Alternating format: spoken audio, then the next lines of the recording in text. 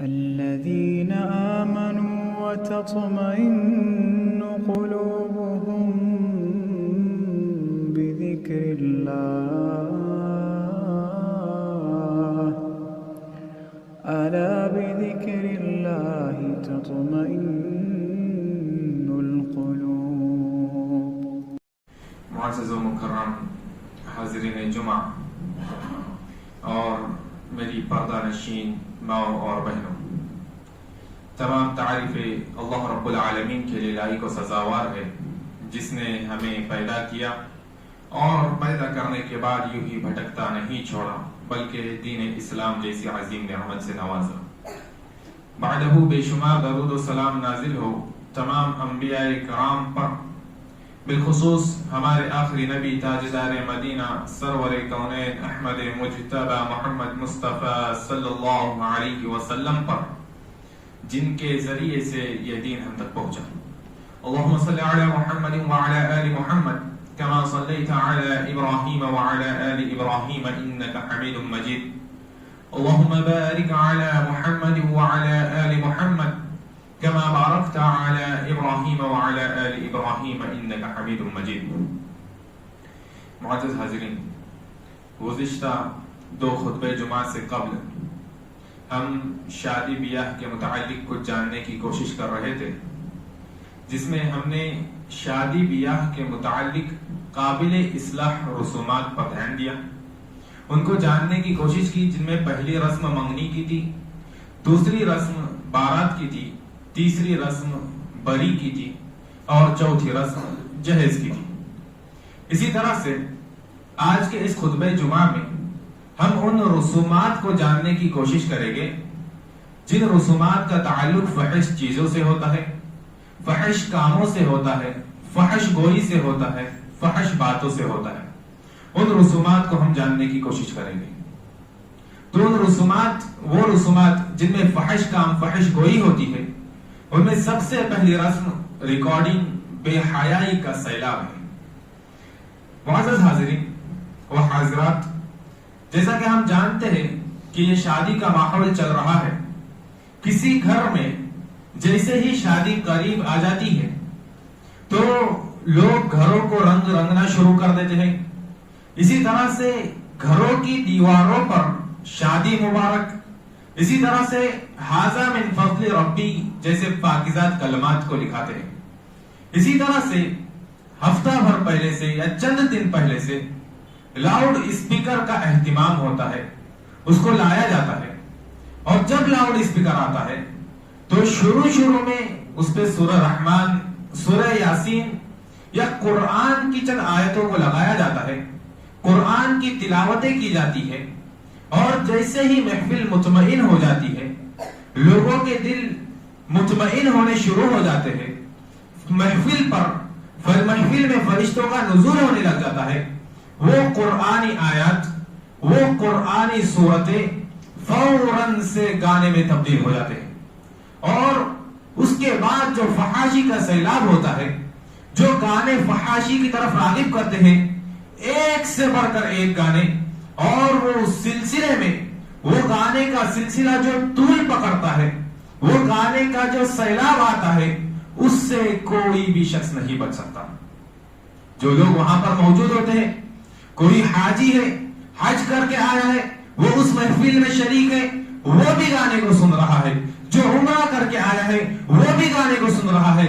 حج اتنی بڑی عبادت، اللہ کے نبی صلی اللہ علیہ وسلم نے فرمایا الحج المبرور لیس له جزاء الا الجنہ، کہ حج مبرور وہ حج ہے جس کا ٹھکانہ، جس کا بدلہ صرف اور صرف جنت ہے۔ اسی طرح سے دوسرے مقام پر آپ صلی اللہ علیہ وسلم نے فرمایا کہ جس شخص نے حج مبرور کر لیا تو وہ اس طرح سے ہو گیا گویا کہ اس نے آج ہی جنم لیا ہے، یعنی جس طرح سے نومولود ابھی پیدا ہوا بچہ گناہوں سے بالکل پاک صاف رہتا ہے، حج مبرور کرنے والے کی اصلیت اللہ رب العالمین کے نزدیک اس طرح سے ہوتی ہے۔ وہ شخص جو حج کر کے آیا ہوتا ہے، جو عمرہ کر کے آیا ہوتا ہے، وہ بھی گانے کے سیلاب میں بہہ جاتا ہے، اور اس کے چہرے پر ایک شکن تک نہیں ہوتی اس گانوں کی وجہ سے، اور یہ گانے یہ فحاشی کی طرف لے جانے والے ہیں، یہ گانے یہ بے حیائی کی طرف لے جاتے ہیں، یہ گانے یہ عریانیت کی طرف لے جاتے ہیں، اور اللہ رب العالمین نے ان تمام اسباب سے ہمیں روکا ہے، ان تمام اسباب کو اختیار کرنے سے ہمیں منع کیا ہے جو فحاشی کی طرف لے جاتے ہیں۔ اللہ رب العالمین سورہ انعام میں ارشاد فرماتا ہے وَلَا تَقْرَبُوا الْفَوَاحِشَ مَا ظَهَرَ مِنْهَا وَمَا بَطَنَ، کہ تم فاحشات کے قریب مت جاؤ۔ کیسی فحش چیزیں؟ جو اعلانیہ ہو، جو بالکل ظاہر ہو، کھلا فحش چیز ہو، یا پھر پوشیدہ ہو، پس پردہ کوئی فحش کام ہو رہا ہے، اگر وہ کام فحش ہے، اگر وہ مجلس فحش کی مجلس ہے تو اس مجلس کے ہمیں قریب بھی نہیں جانا ہے۔ اب چاہے وہ سرعام ہو، کھلم کھلا ہم اس مجلس میں جائیں، کھلم کھلا ہم اس میں شرکت کریں، یا پس پردہ ہم اس میں شرکت کریں۔ اسی طرح سے مسند البزار کی روایت ہے، آپ صلی اللہ علیہ وسلم نے ارشاد فرمایا صوتان ملعونان فی الدنیا والآخرہ، کہ دو آوازیں ایسی ہے جو دنیا میں بھی ملعون ہے اور آخرت میں بھی ملعون ہے۔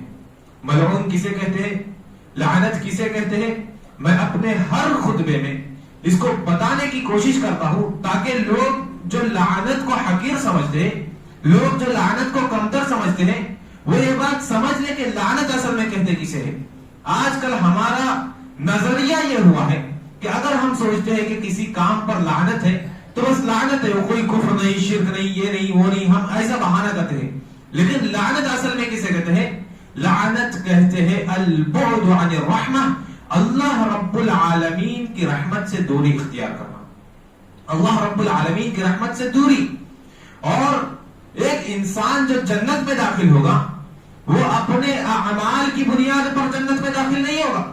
کوئی بھی انسان اتنا نیک نہیں ہے، کوئی بھی انسان اتنا پارسا نہیں ہے جو اس بات کا دعویٰ کر سکے کہ میں اپنے اعمال کی بنیاد پر اللہ رب العالمین نے جو ہمیں زندگی دی ہے، اس دنیا میں گزارنے کے لیے جو اللہ رب العالمین نے وقت دیا ہے، ان اوقات میں ان اعمال کو انجام دے، نیکی کے کام کو انجام دے، اور وہ ان نیکی کے کام کی وجہ سے جو ہے وہ جنت میں داخل ہو جائے۔ کوئی شخص اتنا پارسا اور نیک نہیں ہے۔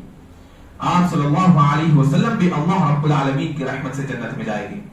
اور اگر جیسا کہ حدیث میں آتا ہے، آپ صلی اللہ علیہ وسلم نے فرمایا کہ کوئی بھی شخص اللہ رب العالمین کی رحمت کے بغیر جنت میں نہیں جائے گا۔ صحابہ کرام نے پوچھا اللہ کے رسول صلی اللہ علیہ وسلم کیا آپ بھی نہیں؟ آپ صلی اللہ علیہ وسلم نے فرمایا ہاں میں بھی نہیں۔ پتہ یہ چلا کہ اگر ہمیں جنت میں داخل ہونا ہے تو ہمیں اللہ رب العالمین کی رحمت کو پانا ہوگا، اور اگر ہمیں اللہ رب العالمین کی رحمت کو پانا ہے تو وہ اعمال جن پر اللہ رب العالمین کی لعنت ہے، یعنی وہ اعمال جن کی وجہ سے انسان اللہ رب العالمین کی رحمت سے دور ہوتا ہے، ہمیں ان اعمال کو چھوڑنا پڑے گا، ہمیں ان ملعون اعمال کو ترک کرنا پڑے گا تاکہ ہم اللہ رب العالمین کی رحمت کے قریب ہو اور جنت میں داخل ہو سکے۔ اسی طرح سے اگر ہم ملعون اعمال کو کرتے رہے، ملعون اعمال کو انجام دیتے رہے، اللہ رب العالمین کی رحمت سے دور ہوتے رہے، تو اگر ہم اللہ رب العالمین کی رحمت سے دور ہو گئے گویا کہ ہم جنت سے دور ہو گئے، اور اگر ہم جنت سے دور ہو گئے تو پھر ہمارا ٹھکانہ کل قیامت کے دن جہنم ہوگا۔ لہذا جن اعمال پر اللہ رب العالمین کی لعنت برستی ہے انہیں حقیر نہیں گرداننا چاہیے، انہیں حقیر نہیں لینا چاہیے، انہیں ہلکے میں نہیں لینا چاہیے۔ اسی طرح سے جب یہ میوزک ریکارڈنگ ٹیپس بجتے ہیں اس وقت انسان کو کسی کا خیال نہیں ہوتا کہ پڑوس میں کوئی شخص بیمار ہے، اس کو تکلیف ہو رہی ہوگی، کسی طالب علم کا امتحان چل رہا ہے، اس کو پریشانی ہو رہی ہوگی، کوئی شخص عبادت میں مصروف ہے، اس کو کوئی اس کی عبادت میں خلل پیدا ہوتا ہوگا۔ کسی شخص کو اس بات کا تصور نہیں، کوئی شخص یہ ساری چیزیں نہیں سوچتا، بس اس نے ٹیپ لایا ہے، وہ گانے کے سیلاب میں بہ رہا ہے، فحش فلمی گانے لگاتا ہے اور ایک سے بڑھ کر ایک گانے لگاتا ہے، جبکہ وہ جانتا ہے کہ یہ گانا یہ حرام چیز ہے، شریعت میں اس کی گنجائش نہیں ہے، یہ درست نہیں ہے، لیکن اس کے باوجود بھی وہ گانوں کا انتظام کرتا ہے۔ آپ صلی اللہ علیہ وسلم نے فرمایا، صحیح بخاری کی روایت ہے، فرماتے ہیں اذا لم تستحی فاصنع ما شئت، کہ اگر تمہارے اندر سے شرم و حیا ختم ہو گئی ہے، اگر تمہارے اندر کی غیرت ختم ہو گئی ہے، آپ صلی اللہ علیہ وسلم نے فرمایا فاصنع ما شئت، تو تم جو چاہتے ہو کرو۔ ضرورت اس بات کی ہے کہ آج جو ہمارا ماحول چل رہا ہے اس میں ضرورت اس بات کی ہے کہ ہم اپنے اندر غیرت کا ثبوت دے، اپنے اندر شرم و حیا پیدا کرے، اور شادی جو اتنی بڑی سنت ہے، اتنی بڑی نیکی ہے، اس کو سنت کے مطابق انجام دینے کی کوشش کریں۔ وہ تمام اعمال جو سنت کے مخالف ہے، جو سنت کے خلاف ہے، ان تمام اعمال کو اس سنت میں کرنے سے بچے، اجتناب کریں۔ اسی طرح سے شادی بیاہ کے موقع پر جو فحش رسم ہوتی ہے، رسومات ہوتی ہے، ان میں سے ایک بہت بڑی رسم ہلدی اور مہندی کی رسم ہے۔ مہندی یہ زینت کی چیز ہے، زینت اختیار کرنے کی چیز ہے۔ مہندی یہ عورتوں کے لیے جائز ہے، اور مردوں کے لیے صرف اور صرف سر کے بال اور داڑھی کے بال میں ایک مرد جو ہے مہندی لگا سکتا ہے، اس کے علاوہ کہیں پر اس کی گنجائش نہیں ہے۔ لیکن ہلدی اور مہندی کی جو رسم ہوتی ہے اس میں کیا ہوتا ہے، خاندان کی رشتہ داروں کی لڑکیاں، خاندان کی عورتیں، آس پڑوس کی عورتیں محرم اور غیر محرم کا فرق کیے بغیر آتے ہیں اور دولہے کو مہندی لگاتے ہیں۔ اس سے کیا چیز آتی ہے، اس سے کیا چیز لازم آتی ہے؟ اگر کوئی شخص، کوئی عورت مہندی لگا رہی ہے تو یہ چیز ہے کہ اس نے اس مرد کو چھوا، اور آپ صلی اللہ علیہ وسلم نے اس کو اتنا بڑا گناہ قرار دیا۔ آپ صلی اللہ علیہ وسلم نے فرمایا لَأَن يُطْعَنَ فِي رَأْسِ أَحَدِكُمْ بِمِخْيَةٍ مِّنْ حَدِيدٍ، کہ تم میں سے کسی شخص کے سر میں لوہے کی کیل کو گاڑ دیا جائے، خیر لہ۔ حدیث کے الفاظ دیکھیے کہ لوہے کی کیل کو سر میں گاڑنا یہ اس کے لیے بہتر ہے، من ان یمس امرأة لا تحل لہ، اس سے کہ کوئی عورت اس کو چھوئے جو اس کے لیے حلال نہیں ہے۔ یعنی کسی غیر محرم عورت کے چھونے سے بہتر ہے کہ انسان اپنے سر میں لوہے کی کیل کروا لے۔ اتنا سخت گناہ ہے، اتنی سخت آپ صلی اللہ علیہ وسلم نے وعید سنائی ہے۔ لہذا دولہے کو مہندی لگانا یہ جو ہے یہ خالصتاً ہندوانہ رسم ہے، ہندوانہ رواج ہے۔ لہذا ہمیں اس سے اجتناب کرنا چاہیے، اس سے بچنا چاہیے اور اس سے پرہیز کرنا چاہیے۔ اسی طرح سے شادی بیاہ کے موقع پر جو فحش رسومات ہوتی ہے ان میں سے ایک بہت بڑی رسم سہرے کی رسم ہے، جس میں سہرا بھی جو ہے یہ جاہلیت کے رسومات سے پہلے کی رسم ہے، جس میں دلہے اور دلہن کے سر کو جو ہے اس کے چہرے کو ڈھانک دیا جاتا ہے پھولوں سے۔ لہذا ایک مرد جو مردوں کی محفل میں بیٹھا ہے اور وہ اپنا چہرہ ڈھکا ہوا ہے، یہ کہاں سے اس مرد کی مردانگی ہے؟ اسی طرح سے ایک عورت، ایک لڑکی جو لڑکیوں کی مجلس میں بیٹھی ہے، لڑکیوں کی محفل میں بیٹھی ہے اور اس کا چہرہ ڈھکا ہوا ہے اور وہ اس سے بوجھل ہو رہی ہے، یہ کہاں سے درست ہو سکتا ہے؟ لہذا ہمیں اس سے اجتناب کرنا چاہیے، کیونکہ شادی یہ بہت بڑی سنت ہے، بہت بڑی سنت ہے۔ آپ صلی اللہ علیہ وسلم نے ارشاد فرمایا من تزوج فقد استکمل نصف الایمان، کہ جس شخص نے شادی کر لی اس کا آدھا ایمان مکمل ہو گیا۔ لہذا اتنی بڑی سنت کو ادا کرتے وقت جس سنت سے ہمارا آدھا ایمان مکمل ہو رہا ہے، ہم اپنے چہرے کو ڈھانپیں، یہ کہاں کا رواج ہے؟ یہ کیسے درست ہو سکتا ہے؟ سوچنے کی ضرورت ہے کہ ایک سنت کی ادائیگی کے وقت ہم کوئی چہرہ چھپا رہے ہیں، کیا ہم نے کوئی گناہ کا کام کیا؟ کیا ہم نے کوئی شرک کیا؟ کیا ہم نے کوئی چوری چکاری کی؟ کیا ہم نے کہیں پر ڈاکہ ڈالا؟ کوئی گناہ کا کام کیا؟ کیا ہم کوئی مجرم ہیں جو اپنے چہرے کو ڈھانپے ہوئے ہیں؟ ہم ایک سنت کی ادائیگی کر رہے ہیں، ہم ایک سنت کو انجام دے رہے ہیں، وہ بھی ایسی سنت جس سے ہمارا آدھا دین مکمل ہو رہا ہے اور ہم اس میں اپنے چہرے کو چھپائے ہوئے ہیں۔ یہ کہاں سے درست ہو سکتا ہے؟ سمجھنے کی ضرورت ہے۔ اسی طرح سے شادی بیاہ کے موقع پر جو رسومات انجام دی جاتی ہے اس میں سے ایک رسم یہ ہے کہ دلہن جو ہے وہ دلہے کو انگوٹی پیش کرتی ہے۔ پہلے تو یہ چاندی کی ہوا کرتی تھی، یہ رسم بھی مسلمانوں کی نہیں ہے، یہ بھی غیروں سے آئی ہوئی ہے۔ پہلے چاندی کی انگوٹی ہوا کرتی تھی، لیکن جیسے جیسے زمانہ بدلتا گیا، زمانہ آگے بڑھتا گیا، چاندی کی جگہ سونے نے لے لی، اور سونا یہ ایک مرد کے لیے قطعاً جائز نہیں ہے، قطعاً درست نہیں ہے۔ اب چاہے وہ سونا انگوٹی کی شکل میں ہو یا کسی اور شکل میں ہو، سونا یہ مردوں کے لیے جائز نہیں ہے۔ اور چاندی کی بات رہی تو چاندی مردوں کے لیے جائز ہے، یقیناً جائز ہے، اس میں کوئی شک و شبہ نہیں۔ لیکن اس مناسبت سے جو رسم و رواج بنایا گیا ہے اس اعتبار سے وہ چیز بھی غلط ہو جائے گی اور ہمیں اس سے بچنا چاہیے. اسی طرح سے شادی بیاہ کے موقع پر جو رسومات فحش رسومات انجام دی جاتی ہے اس میں سے ایک بہت ہی فحش چیز جو ہوتی ہے وہ مرد و زن کا اختلاط ہے.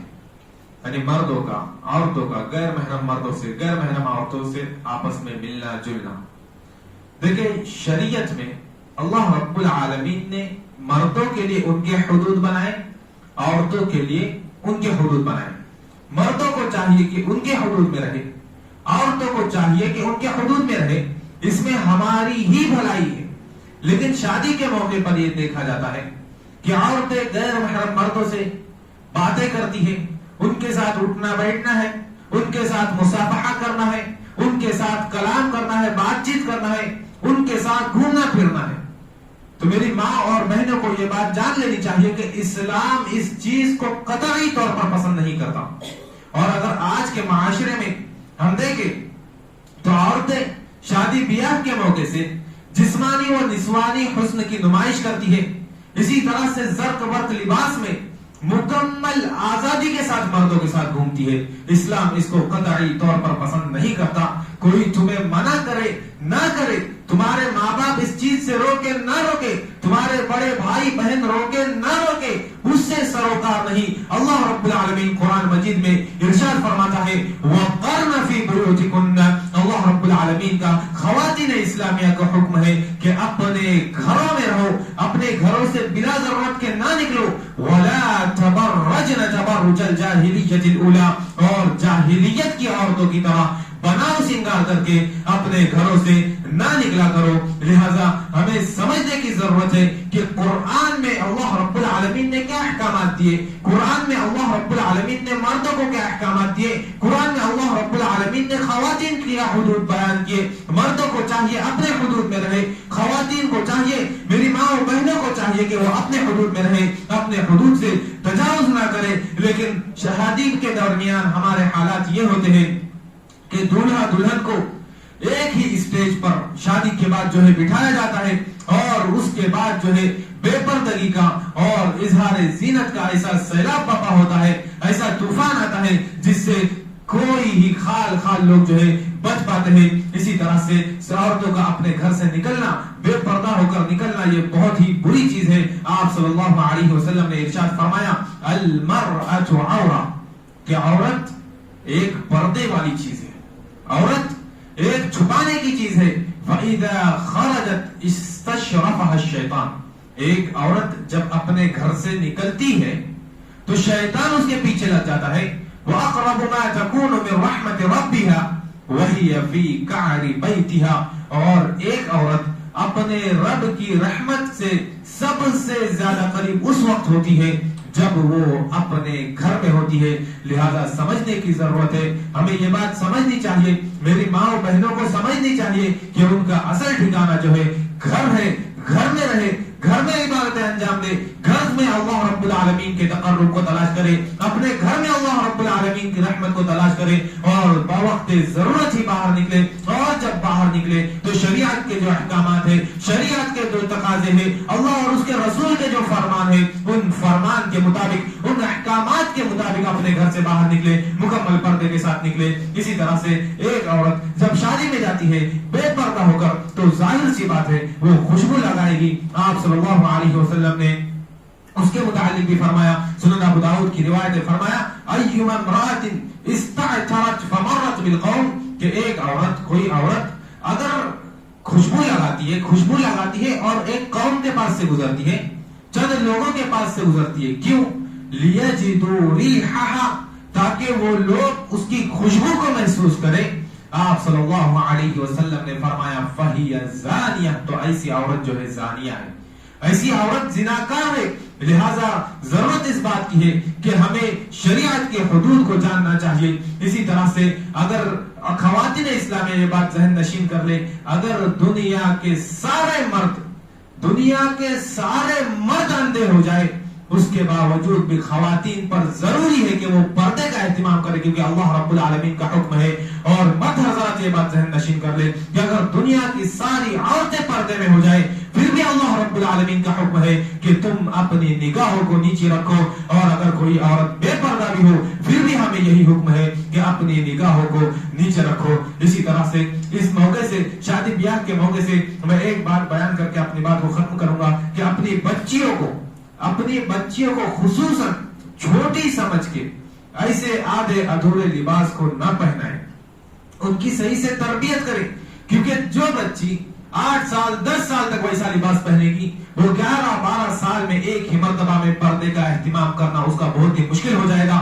لہذا میری بہنوں کی تربیت کے لیے ضروری ہے کہ بچپن سے ہی پہلے سے ہی انہیں پردے کا اہتمام کرائے. اور بچے کی تربیت تو اس وقت شروع ہو جاتی ہے جب وہ اپنے ماں کی کوکھ میں ہوتی ہے. جب وہ اپنے ماں کی کوکھ میں ہوتا ہے اسی وقت سے بچے کی تربیت کا دور شروع ہو جاتا ہے. لہذا اس چیز کو معمولی نہ سمجھے. ابھی کچھ روز قبل کچھ ہفتہ پہلے ایک لبنان کی تصویر آئی جس میں 4-5 عورتیں تھی جو مکمل پردے کے اہتمام کے ساتھ تھی, پردے سے تھی, اور ان کے ساتھ جو ہے ایک بچی تھی جو بغیر پردے کی تھی.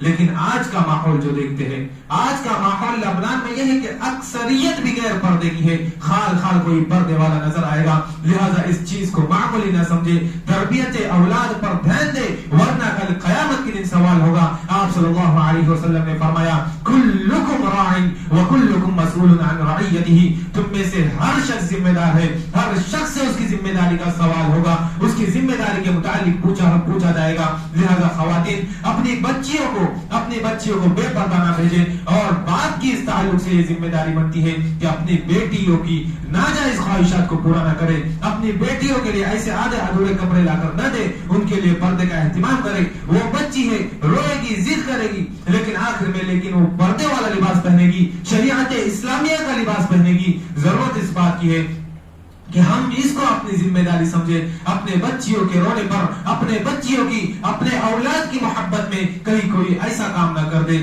جو شریعت کے مخالف ہو, کیونکہ اللہ رب العالمین انسان کو اس کی آل و اولاد سے بھی آزماتا ہے. لہذا ہمیں چاہیے کہ ہم شریعت کو سمجھے, شریعت کے احکامات کو سمجھے, اس پر عمل کرنے کی کوشش کریں. آخر میں اللہ رب العالمین سے دعا ہے کہ الہ العالمین ہم تمام مسلمانوں کو یہ شادی جو اتنی بڑی سنت ہے جس سے ہمارا اعلیٰ دین مکمل ہوتا ہے اسے عین سنت کے مطابق ادا کرنے کی توفیق عطا فرما. الہ العالمین شادی کے موقع سے جو قابل اصلاح رسومات ہیں ان کی ہمیں اصلاح کرنے کی توفیق عطا فرما. الہ العالمین شادی کے موقع سے جو فحش چیزوں کا ارتکاب ہوتا ہے, جو فحش رسومات ہیں, الہ العالمین تو ہمیں اپنے معاشرے سے, اپنے گھر سے اسے ختم کرنے کی توفیق عطا فرما. الہ العالمین تو ہمیں اپنی زندگی خالص اسلام کے مطابق گزارنے کی توفیق عطا فرما. الہ العالمین تو ہمیں اپنے احکامات, اپنے رسول کے احکامات پر چلنے والا بندہ بنا. جب تک ہمیں اس دنیا میں رکھ, ایمان اسلام پر زندہ رکھ, جب ہمارا خاتمہ ہو آخر خاتمہ خیر پر ہو. آمین. وآخر دعوانا ان الحمد للہ رب العالمین.